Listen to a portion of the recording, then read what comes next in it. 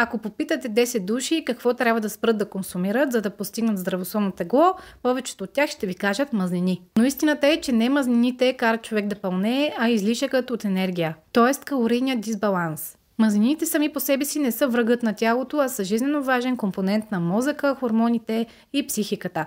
Нискомазнините диети на пръв поглед изглеждат логично, но прекомерното им ограничаване може да доведе до хормонален дисбаланс, както и до влошаване на психичното здраве и страдане на нервната система, защото мозъкът губи основния си градивен елемент – масните киселини. Да, мазнините съдържат повече килокалории на грам за сметка на въглехидратите или протеините, но това не ги прави по-вредни. При регулирането на телесното тегло най-важният фактор е калорийният дефицит.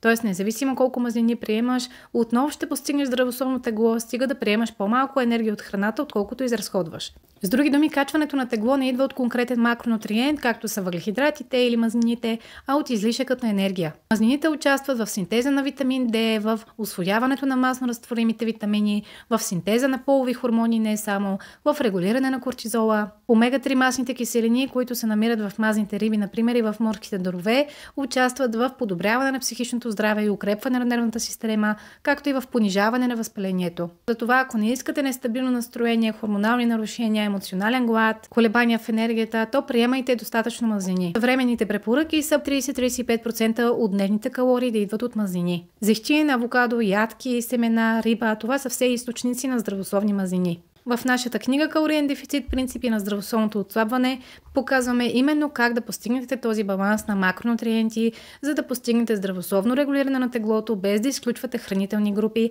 и без да робувате на диетични митове.